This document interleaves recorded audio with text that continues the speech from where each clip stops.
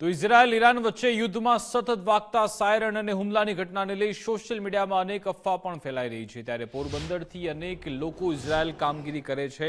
પોરબંદરના લોકોના પરિવારમાં ચિંતા જોવા મળી। પોરબંદરમાં રહેતા ચાની દુકાન ધરાવતા મનોજભાઈના બે પુત્ર હાલ ઇઝરાયલમાં કામ કરે છે। હાલ યુદ્ધ સ્થિતિ વચ્ચે તેઓ રોજ બે પુત્રો સાથે વાત કરી ખબર અંતર પણ પૂછે છે। બંને પુત્રો સલામત રહે તેવી પણ ભગવાન પાસે પ્રાર્થના કરી। પોરબંદરના લોકોના પરિવારમાં ચિંતા છે, કારણ કે તેમના પુત્રો ઇઝરાયલમાં છે, વિદેશમાં છે। ત્યારે દરરોજ તેમની સાથે વાતચીત કરી ખબર અંતર કરી તેમની પરિસ્થિતિ જાણી રહ્યા છે।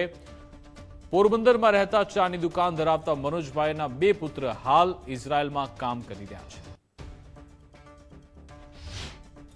તો અત્યારે એવો મોલ થયો છે કે યુદ્ધનું સાયરનનું વાગ્યા પછી છોકરો નાનો બીયો હમણાં 2 મહિનાથી ગભરાઈ ગયો અને અડી દોડતા બંકરમાં ગરી ગયા। પછી મેં એને ફોન કર્યો કે દીકરા શું છે? તો કે પપ્પા સાયરન વાગ્યા કે અમે બંકરમાં ગરી ગયા। અત્યારે પછી 11 વાગ્યાથી સખત મારી વાત ચાલુ હતી ને એટલે કેમ છે દીકરા, હવે તને કેમ છે દીકરા, તારે તકલીફ છે બીવસ તું કાંઈ?